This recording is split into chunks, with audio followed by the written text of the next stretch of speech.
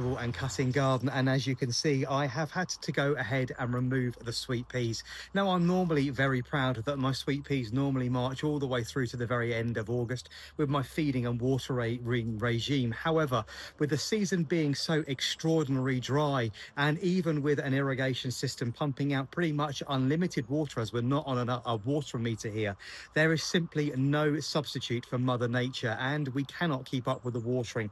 Unfortunately, the sweet peas have succumbed to powdery mildew, and once it sets in, there is really no stopping it. It spreads like wildfire.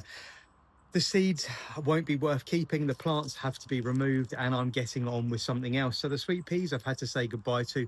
I've had a disastrous season with sweet peas this year.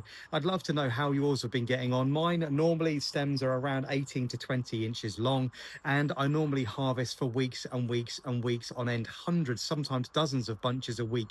I've probably had around 15 or 20 bunches this year, and that has it. I can no longer fight with the weather. We desperately need some rain to actually replenish the soil.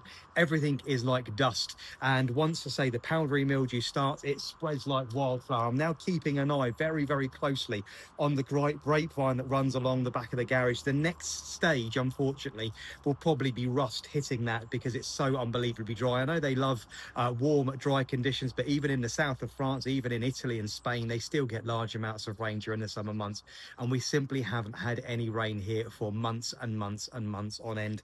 So the sweet peas are heading off, and we have to admit defeat. So even as a very talented and well experienced gardener who's been doing this for a long time, I'm out of techniques with these. It's time for these to head off to the compost bin or for recycling.